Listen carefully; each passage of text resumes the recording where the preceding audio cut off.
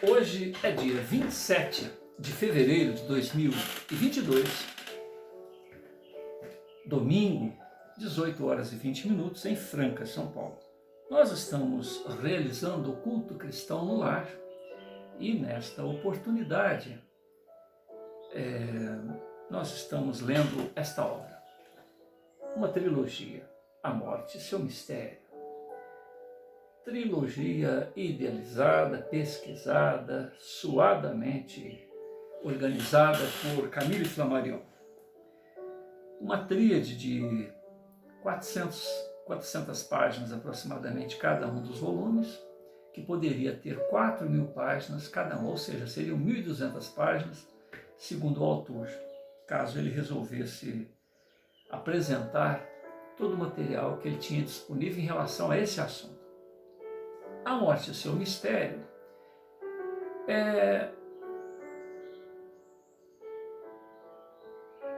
uma busca de compreender a época de Flammarion, principalmente, que é a época de Bolzano, que é a época de Allan Kardec, que é o Hippolyte Léon Denisard de Rivail, que é, enfim, grandes Albert de Rochas, Alexandre Aksakov. Tal foi o volume que todos os pesquisadores possuíam material para publicar volumes de 1.000 páginas para frente, em torno de cada tema.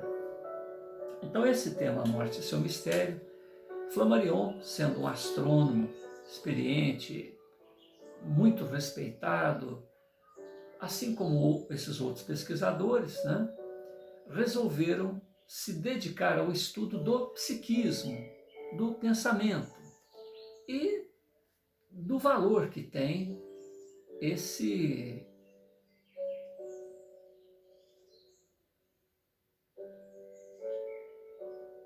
essa maneira de ser que todo ser humano possui, capaz de conjecturar, capaz de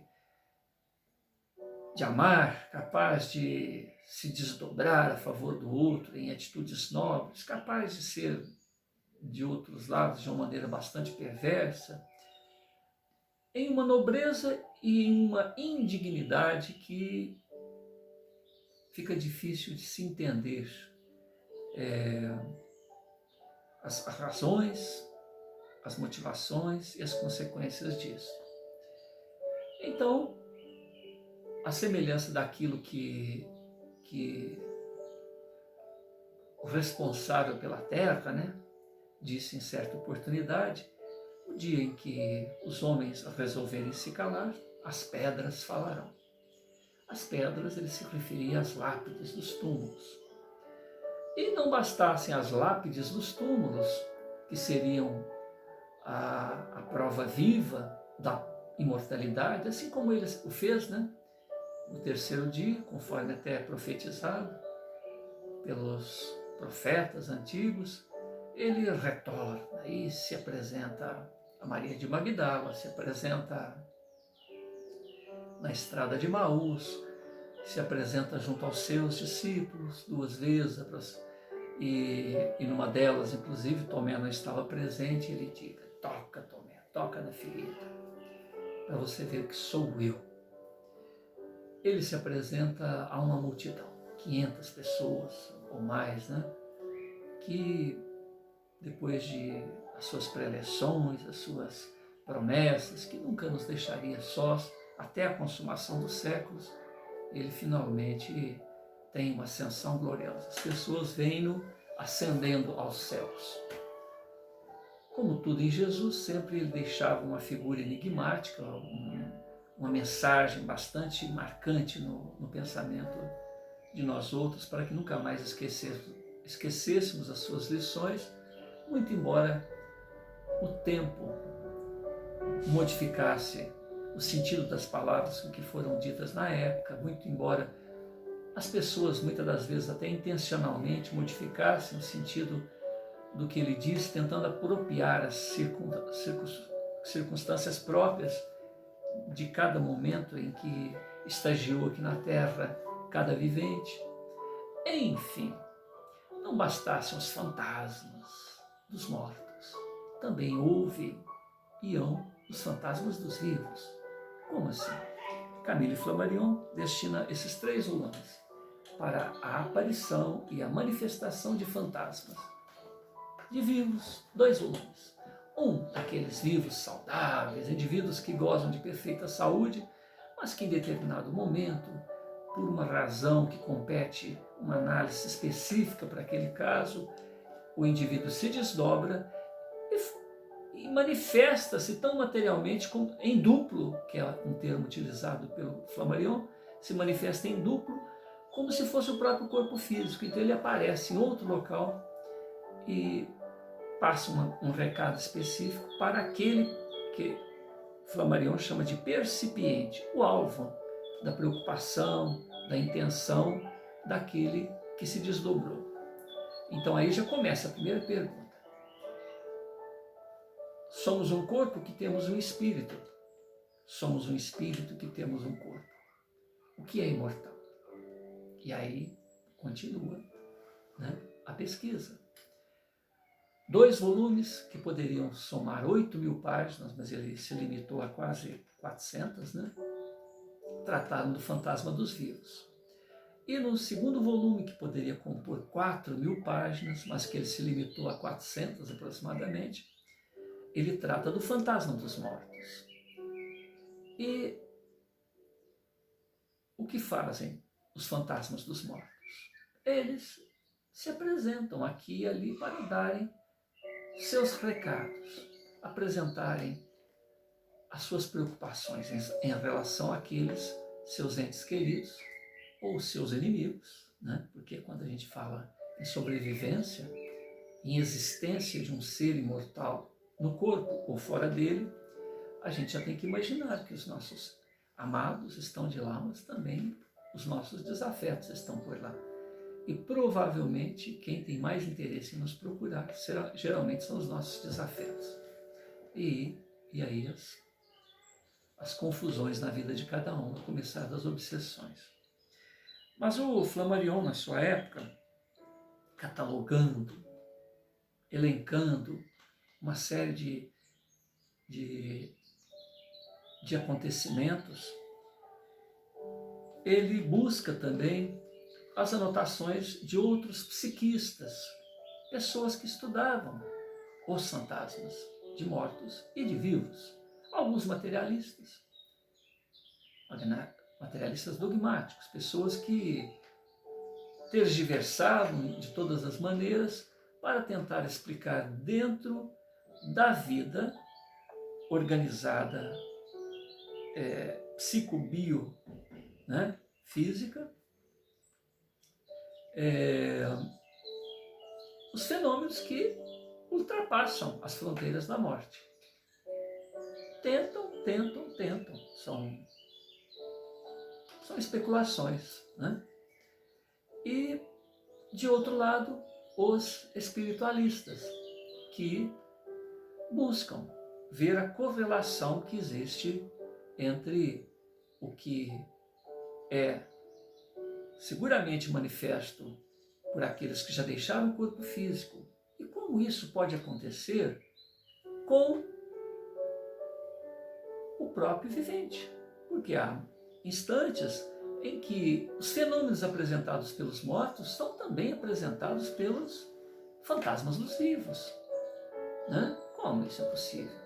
Então, surge um pesquisador russo chamado Alexander Kzakov, que, como a época já era a época do espiritismo, era a época da parapsicologia, da metapsíquica, da psicotrônica, né? Já havia uma série de nomes e outros nomes, né? Os fisiologistas, enfim, são detalhes, mas toda uma sequência de pessoas que, como não podiam negar os fenômenos da presença de fantasmas dos vivos e fantasmas dos mortos, se associaram para tentar explicar da melhor maneira possível tudo aquilo que estava acontecendo. Então Alexander Kzakov aproveitou que a doutrina espírita já havia começado, né? Kardec já tinha lançado o Livro dos Espíritos, fez uma obra, Espiritismo, Animismo. Então, Animismo é o alvo do primeiro e do segundo volume deste trabalho de Flammarion, Os Fantasmas dos Vivos, e Espiritismo, Fantasmas dos Mortos. Atualmente, a parapsicologia, bem recentemente, bem depois dessa época, a parapsicologia já se tornou uma ciência, né? Foi aceita porque a gente tem que lembrar o seguinte, essas ciências, entre aspas, eram nomes, mas ciência, né? É só o tempo que foi, né? Confirmando, porque eram pesquisas, anotações, né? Mas recentemente, então, a parapsicologia estudou os fenômenos psigama, psicapa e psiteta, que seriam os fenômenos de mente a mente, os fenômenos de movimentação física e, finalmente, os fenômenos psiteta, que seriam os fenômenos decorrentes daqueles que estão mortos. Olha aonde se chegou, né? Mas à época havia o quê? Fantasmas de vivos, fantasmas de mortos. Agora toda uma nomenclatura vai tentando explicar, acomodar, ajeitar essas observações. O que importa é o seguinte: Camille Flammarion, Gabriel Delane, Ernesto Bozano, Alexandre Aksakov fizeram o trabalho de todo pesquisador, acumular informações. Foram todos eles registradores. O que aconteceu? Uma pessoa conseguiu pegar uma semente de abóbora e, utilizando das forças psíquicas, uma semente de abóbora que demora 3 meses para produzir, né? Começar a produzir, em 20 minutos ela se desabrochava e dava frutos. Como isso é possível? Um outro caso, o indivíduo pega um vidro, pega uma terra, ele busca uma determinada terra, tem que ser aquela terra, quer dizer, ele escolhe uma boa terra, põe ali, e busca uma chamada planta médium. Planta médium? Como? Ele pega uma outra planta viva, normal, perfeita, ele escolhe a planta, uma planta saudável, põe ali. Depois ele se concentra e a planta viva morre, vai murchando e a semente começa a desabrochar, isso em minutos. E sai daquele vaso, daquele vidro, com aquele limite de terra que ele escolheu, a terra deve ser uma terra bem fértil, né?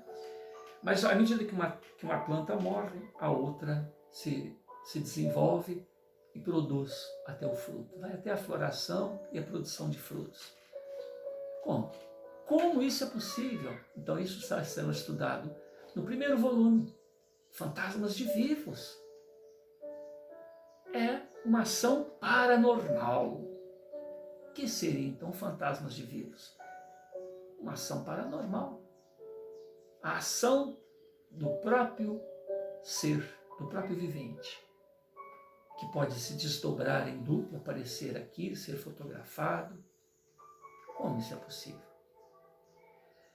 Alexandre Aksakov, em suas pesquisas, ele comenta que não importa toda essa variedade de fenômenos que nós estamos nos referindo e pegando até outros exemplos que não estão nesse livro, ele conclui o seguinte: todo fenômeno anímico, que seria os produzidos por fantasmas de vivos, só são possíveis pelo auxílio dos fantasmas dos mortos. Porque, em realidade, todos nós somos espíritos. Já estou dando uma outra nomenclatura. Todos nós somos espíritos. Porque o que é um fantasma? Nós precisamos de palavras para vestir ideias. Espírito é uma palavra que esclarece melhor. Espírito é o ser imortal, é o que sobrevive à morte do corpo físico, é o que tem uma sequência de vida antes do momento em que se está neste teatro da vida, vivenciando esse personagem que está, né, Todos nós estamos aqui, não somos. Eu, Edson, eu estou Edson agora, mas né, há 60 anos atrás, onde eu estava, quem eu era, né? Aonde eu estarei daqui a alguns anos, né?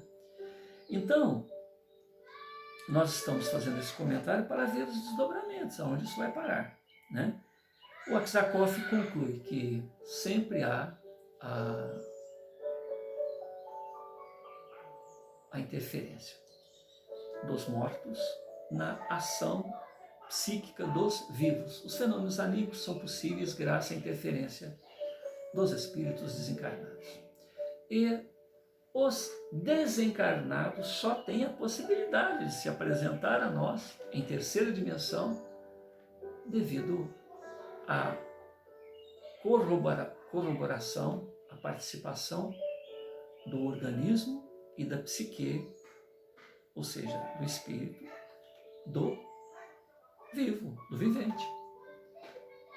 Então, é um tanto mais de um, é um tanto mais do outro. Né? Nesse segundo volume, Flammarion está falando, ele vai separando os fatos assim. O indivíduo está longe de desencarnar, está longe de morrer, está longe da morte. É o volume 1. No volume 2, aqueles que estão próximos, uma semana, 2 dias, meia hora, né? E aqui ele está tratando exclusivamente daqueles que estão na bica de morrer mesmo. Ele não sabe, inclusive, se já morreu ou se ainda está na carne, né? Ele conta um caso de Alexandre Dumas e depois vai contando outros casos. Na precedente narrativa, a mãe não é informada da morte do seu filho, na que vai ler, uma filha sente à distância, num pesadelo singular, a morte de sua mãe, agonizante, a 100 quilômetros distante dela. Uma carta que me foi transmitida de Lourdes, a 11 de junho de 1920, relata-me o seguinte: minha mãe fora advertida da morte de sua própria mãe. Esta última vivia com uma de suas filhas num lugarejo de Altegarone, Arlos, não distante da fronteira espanhola de Val d'Arran. O autor de Estrela deve certamente conhecer essa região deliciosa. Minha mãe residia sempre em Lourdes, ou seja, a distância de 100 quilômetros aproximadamente de Arlos. Por uma noite de outubro de 1918, durante seu primeiro sono, foi ela despertada de repente, não só com o sentimento da presença de alguém, mas com uma sensação muito nítida de que estranha mão lhe agarrara o pulso, apertando-lhe fortemente. Ao mesmo tempo, ouviu-se grande estalido, parecendo vir das proximidades da porta.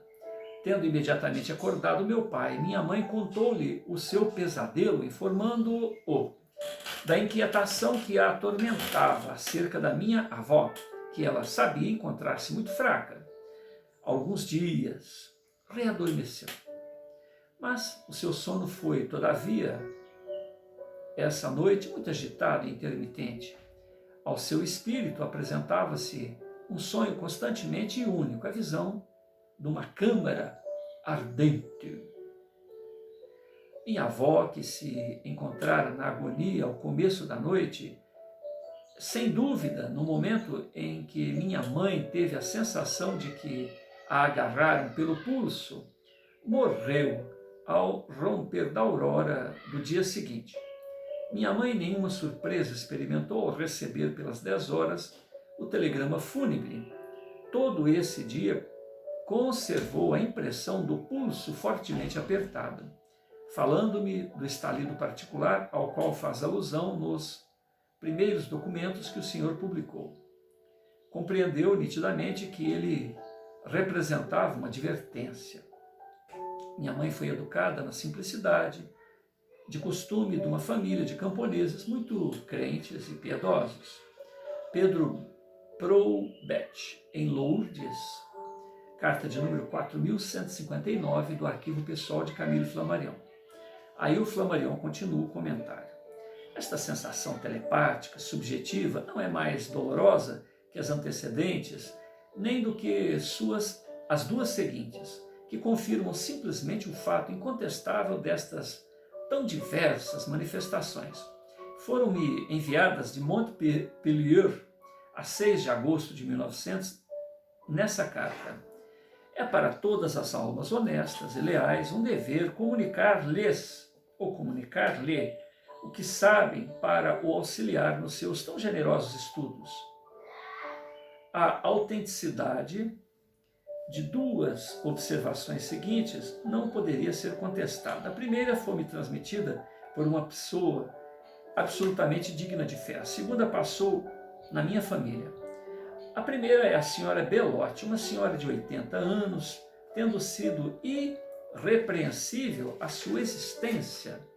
Vivia há muito tempo separada do seu marido, porque ambos eram dotados de grande independência de caráter, não possuindo nem os mesmos gostos, nem as mesmas ideias.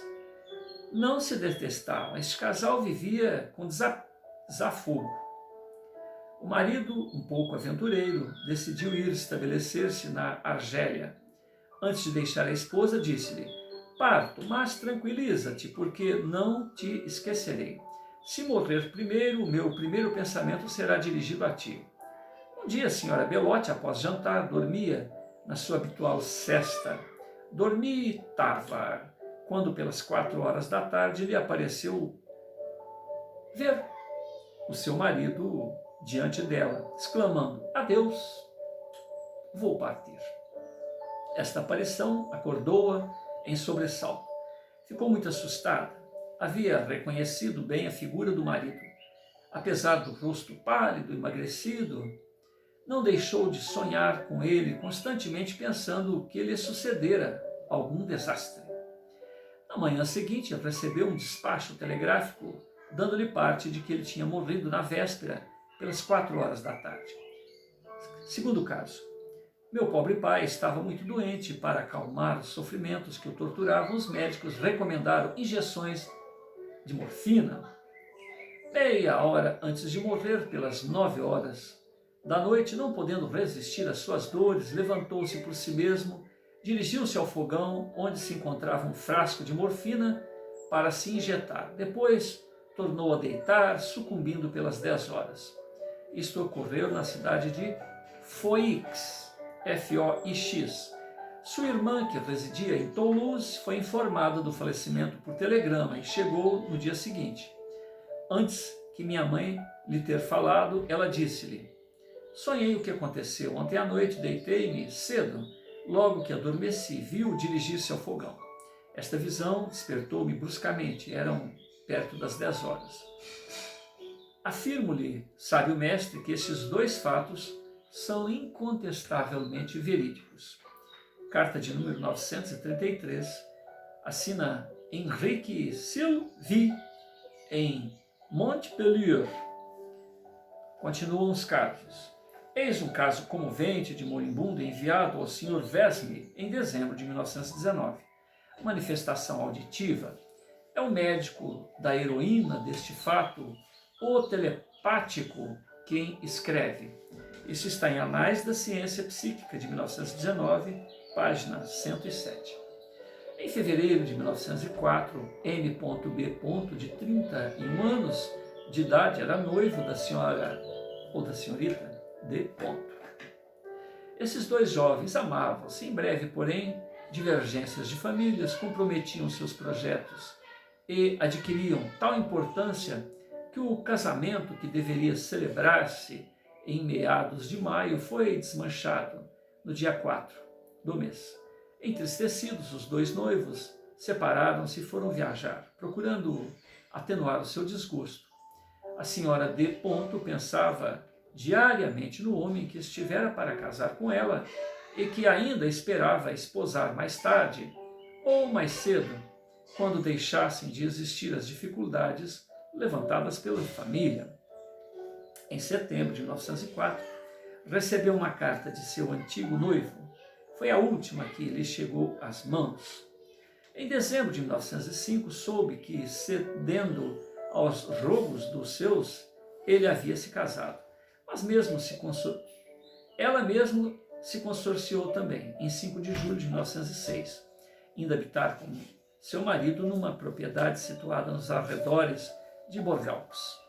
M.B., embora casado, não podia esquecer a sua antiga noiva. No mês de março de 1907, a jovem encontrava-se só, andando, seu marido em viagem.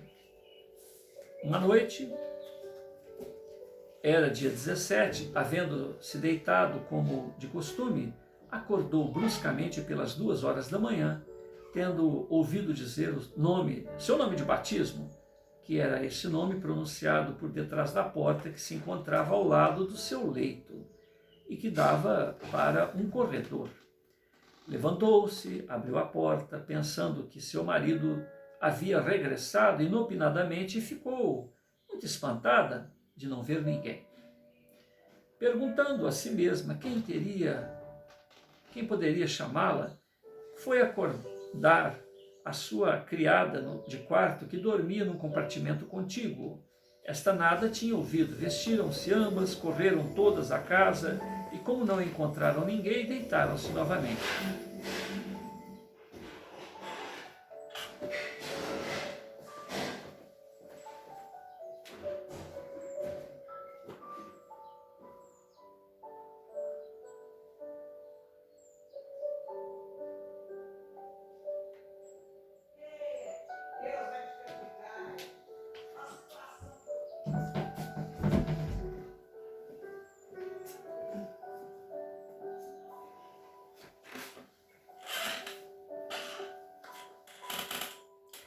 Ao fim de algum tempo, a senhora D. adormeceu, mas de novo ouviu bruscamente o seu nome pronunciado por 2 vezes e por uma voz muito angustiada, bastante comovida. Saltou precipitadamente do leito, chamou a criada e disse-lhe: agora é impossível que não tenham ouvido. Por 2 vezes chamaram: Joana, Joana. A serva respondeu que nada ouvira e que, no entanto, como não dormira, se alguém chamasse, teria certamente dado por isto. Muito intrigadas, ambas tornaram a correr toda a casa sem nada encontrarem. A senhora D. deitou-se novamente, dispensando a presença da criada, mas não podendo conciliar o sono, ficou num estado de emoção facilmente compreensível.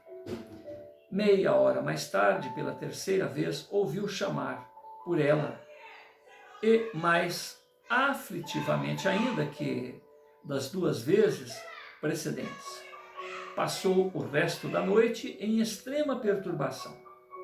Volvidos dias, uma de suas parentas, vinda de Noilon, onde vivia o seu antigo noivo, contou-lhe que ele morrera de tuberculose aguda na noite de 17 para 18 de março.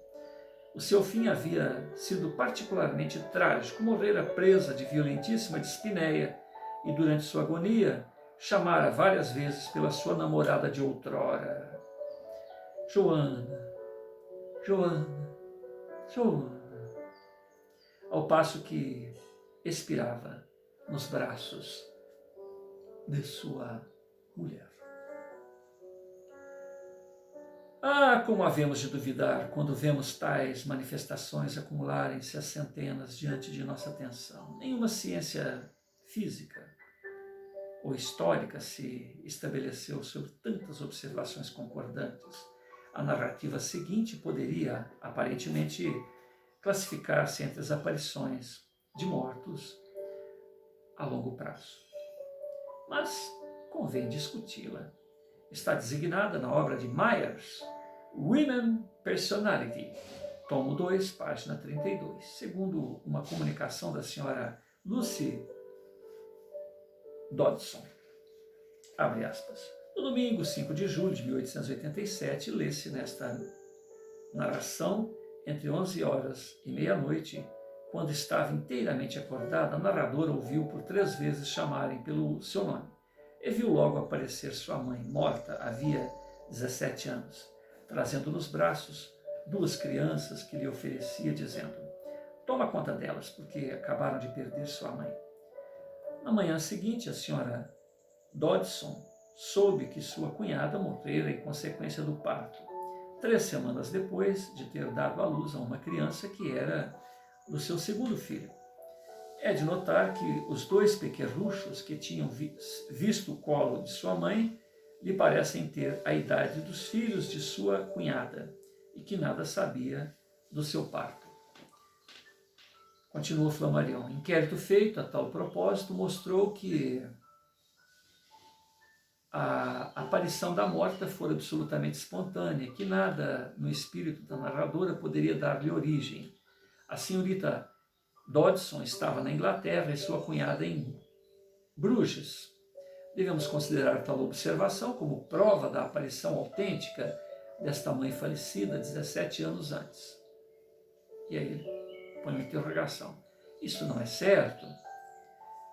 Não é mesmo provável, e não ouso reservar esta observação para o terreno do 3º volume da presente obra, porque pode não haver aqui mais do que a transmissão do pensamento da agonizante para com as associadas, para com a associação de ideias. Como a visão conciliou com a morte da parturiente, fomos levados a crer que foi ela quem pensou no futuro dos seus filhos, em sua cunhada e até na defunta. A visão, a audição deram-se entre 11 horas e meia-noite.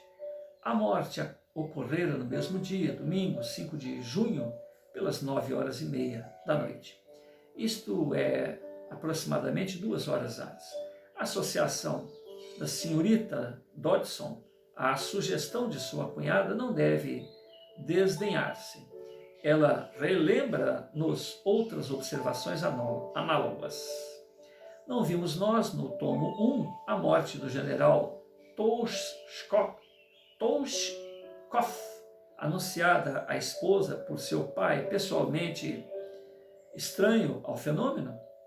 Voltaremos a ocupar-nos desses 2 casos notáveis. Encontramos-nos em plena esfera sentimental. A tocante história que vai ler foi-me comunicada por um moço, membro da Sociedade Astronômica de França e dolorosamente afetado por ela. Sua carta foi textualmente reproduzida. Noto nessas 3 formas de manifestações. Primeiro, a audição interior da palavra acabou-se. Ruídos violentos no fogão. Terceiro, barulho enigmático. Sensações experimentadas por 3 testemunhas independentes. Abre aspas. Meu caro mestre, saúdam os seus discípulos no Senhor tanto o psiquista como o astrônomo, e como a sua missão parece ser a de demonstrar a existência da alma, sua sobrevivência, entendo o dever comunicar-lhe as seguintes confidências. Primeiro, nos primeiros dias do mês de abril último, travei conhecimento com uma senhorita da minha idade, 18 anos. Perto dela, experimentava uma impressão indefinível que me mergulhava em vaga tristeza sem que eu pudesse dissipá-la. Via algumas vezes de noite, nunca além dos 30 e 35 minutos, salvo no dia 15 de abril, para as 7, para as 8 horas, em Buttes-Chaumont. Era por uma noite maravilhosa da primavera. Passeamos vagarosamente, de súbito, sem razão, conversamos a respeito da morte. Eu mostrava-lhe as estrelas, falando-lhe da alma, da sua sobrevivência, da sua evolução progressiva nas terras do céu. E ainda de outros assuntos de além-túmulo. O nosso último passeio terminou assim. Na manhã seguinte caiu de cama, com todos os sintomas de febre tifoide. Em virtude do seu estado, teve de ser transferida para o hospital. onde eu fui encontrá-la sem conhecimento. Dia a dia tive a dor de compartilhar os progressivos ou os progressos da doença. E a catástrofe temida ocorreu no dia 6 de maio, pela 1h15. Esse golpe afligiu-me. Começo apenas a libertar-me do torpor em que estive mergulhado. Na noite de 5 para 6 de maio, meio acordado, tive uma impressão que pode assim traduzir-se: acabou-se. Quis levantar-me para verificar as horas, mas readormeci bruscamente num sono pesado, como chumbo, causado pela reação nervosa da excitação do dia. O tempo que durou esta semi-vigília foi muito curto. Posso mesmo calculá-lo em 4 a 5 segundos. Lamento não ter me levantado para ver as horas, mas sempre notarei que a noite estava escura. Pelas 5 horas acordei, erguendo-me imediatamente. Corri no hospital e aí soube o que tinha acontecido. Ela estivera durante muito tempo em estado comatoso. Segundo, o pai da minha pobre Marcela, de 68 anos de idade, ignorante de toda a ideia psíquica e antes incrédulo acerca disto, havia se deitado no dia 5 tão triste como nos dias precedentes, sem que por isto pensasse na morte da sua filha. Despertou no dia 6, ao romper da manhã pelas 4 horas, e apenas acordado ouviu 5 intensas pancadas no fogão. Ao mesmo tempo que a rede metálica se agitava com violência. Irritado com o fato de que se fizesse tanto barulho, a hora tão matinal, mostrou em voz alta o seu desagrado e, ao amanhecer, foi informar-se do caso com todos os vizinhos. Estes nada tinham ouvido. Só quando era já alto dia, ou dia alto, é que ele teve conhecimento da morte de sua filha. Terceiro, o irmão da minha amiga, vivendo em Marly-le-Roi, foi despertado pela meia-noite com um ruído metálico prolongado, levantando-se para saber a razão disto sem nada encontrar. Não tendo autoridade suficiente para discutir o modo de formação desses fenômenos, me limito a apresentar-vos tal qual os senti e que, como me foram relatados, sem os enfeitar, sem aumentar, sem diminuir. Paris, 21 de junho de 1914, dia de sua festa do sol, esta noite na Torre Eiffel, Renato Johanny Delestré. Carta de número 2499. E aí continua Flammarion. Temos aqui todos os olhos de um idílio, na verdade, comovente. Esta moça de 18 anos pressentia, sem disto duvidar, o seu fim próximo. Um raro passeio amoroso por uma bela noite de primavera tinha-os levado a falar da morte. No dia seguinte, ela adormeceu, ou ela adoeceu, morrendo 3 semanas depois. Seu passamento foi sentido pelo namorado na hora em que ele se deu em seguidamente por seu pai. O passamento dela foi sentido na hora que aconteceu, e seguidamente por seu pai. Seu irmão foi impressionado por inexplicável barulho pouco tempo antes, ao passo que ela estava em estado comatoso. Recusar admitir esses 3 testemunhos seria indesculpável. Eles somam-se a muitos outros. O narrador era um jovem observador, estudante de um curso científico muito ponderado, o Infante Guerra, de 1914 a 1918, aí de nós. Eliminou-o da vida como a tantos mais. 25 de setembro de 1915. Como esses ruídos estranhos ouvidos no momento da morte, pancadas na chaminé, rede metálica sacudida, campainhas de Etampes, a porta de Alexandre Dumas, há milhares de outros exemplos análogos. Que opinião quereis de um homem ao corrente destes fatos tenha sobre o valor intelectual dos cegos que os negam? Este assunto, por exemplo, os redatores da revista de leituras, 15 de janeiro de 1921, a revista do clero francês, de 15 de julho de 1920, no caso ele citou duas revistas, revista de leituras, revista do clero francês, que debochavam dos fenômenos.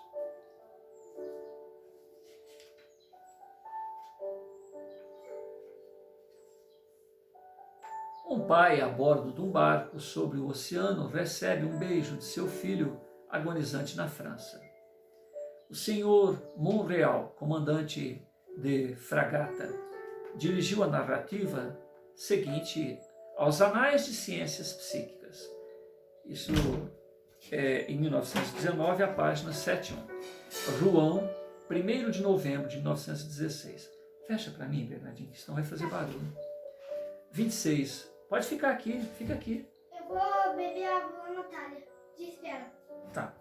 Mas você não fechou. Ah. Obrigado. Em 23 de janeiro de 1893, a fragata Escola Efigênia, em cruzeiro de instrução, encontrava-se ao largo de Antilhas, navegando em direção à França, devendo entrar de março das 4 às 8 horas da manhã. Recolhi-me pelas 11 horas da noite à minha cabine, fechado a porta. Apenas apagada a luz, caí num estado de semiconsciência, que precede o sono. Experimentei no peito a sensação de peso, a impressão tátil de pequeno corpo humano que aí estivesse apoiado de súbito, sem esforço prévio aparente, para resvalar no meu pescoço, no meu pequeno leito, e, no entanto, se achava elevado acima do assoalho. O espaço a bordo de um barco de guerra é, com efeito, muito poupado, e a pequena cama estava instalada sobre um arcão ou armário da altura apreciável. Simultaneamente, a sensação de contato, de opressão no peito, tive a impressão muito nítida de que 2 pequeninos braços estreitavam meu pescoço. Oi? Você está demorando 5 horas. Você espera um pouquinho, já está acabando. Pode ser? Tá? Vem cá, vem cá. Eu acho que você está demorando 2 horas. Então vem cá, senta no colo para a gente poder mostrar você. Agora, quietinho, senão não tem jeito de eu ler. Pode ser? Tô contando isso. Fala. Só Fala. acaba no... Não, eu já vou na parar. página... Não é mesmo? Não, é só aqui. Vou ler só aqui. Tá acabando já. É muito. Aqui, ó. Eu vou parar aqui, ó. Tá? Eu tô aqui, ó. Pode ser? Você espera? Obrigado. Você está no número 310. O espaço a bordo, posso continuar, né? Do navio de guerra é muito poupado, e a pequena cama estava instalada sobre um arcão ou armário de altura apreciável.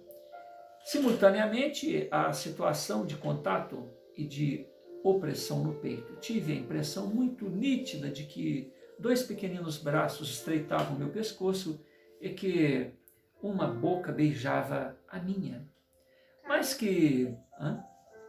Aqui está escrito caroço. Não, mas eu estou lendo aqui, ó. Mais que surpreendido, agarrei o corpo com 2 mãos e repeli-o bruscamente.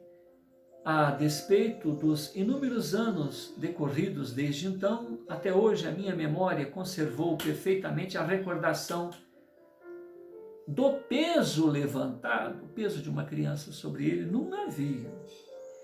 Raspei vivamente um fósforo, aproximei-o da vela colocada ao meu alcance. A chama surgiu desde logo e vi, hein, que a estearina não estava ainda coagulada. Saltei do leito e explorei rapidamente meu compartimento. Era eu o único ser vivo que se encontrava na cabine. Acudiu-me então ao espírito que eu não tinha ouvido nem o ruído do corpo ao cair no assoalho e nem que a porta teria feito ao fechar-se. No dia seguinte, ao almoço, confiei a minha aventura a um camarada de promoção, amigo íntimo, que era meu vizinho de mesa na sala comum. Ainda que muito cético, em geral, esse oficial confessou-me que a precisão de minha narrativa o havia impressionado. Eu vou terminar aqui, eu estou aqui, tá? Ao ancorarmos em Gibraltar, o correio informou-me de que seu filhinho, um menino de 2 anos de idade apenas, tinha sido atacado de croup e falecera em Paris, no mesmo dia em que ele recebera um beijo na minha solitária cabine. Depois de proceder cuidadosamente à correção da hora, da longitude em que nesse instante navegava, notei que a hora do falecimento coincidia exatamente com o da alucinação tátil. Ao chegar em Toulon, encontrei os meus em luto pesado. Se há alguma coisa, disseram-me, que possa, de um certo modo, atenuar o meu cruel desgosto, é de saber que o nosso filho, atacado por difteria, morreu numa embolia no momento em que beijava a tua fotografia. Isso era noticiado para ele, hein? Balbuciava: papá, navio, sobre água. Então o menininho beijava o papaizinho, a foto do papai dele, papá, navio sobre água, e ele pegou o menininho e jogou para longe dele quando ele estava F.M. Boreal, capitão de fragata. Então eu parei na página 311 e vou continuar a partir daqui. Como são vários casos, um atrás do outro, não adianta insistir muito na sequência da leitura, porque é melhor ir dividindo em etapas, né? Agora deixa o vovô fazer uma prece, depois você vai fazer também, pode ser? Sim. Quietinho, tá? Deixa o vovô fazer. Senhor Jesus, obrigado, agradeço pela oportunidade desse encontro, momento de reflexão, momento em que a gente vê o esforço de tantos e tantos corações, e principalmente desses avatares, esses indivíduos que resolveram coletar esses informes, para que nós outros, no caso, quase 200 anos depois, pudéssemos observar quantas lágrimas enxugadas pelos reencontros com seus entes queridos. Então, esse nosso esforço faz-nos a todos lembrar a nossa própria imortalidade. Faz a prece.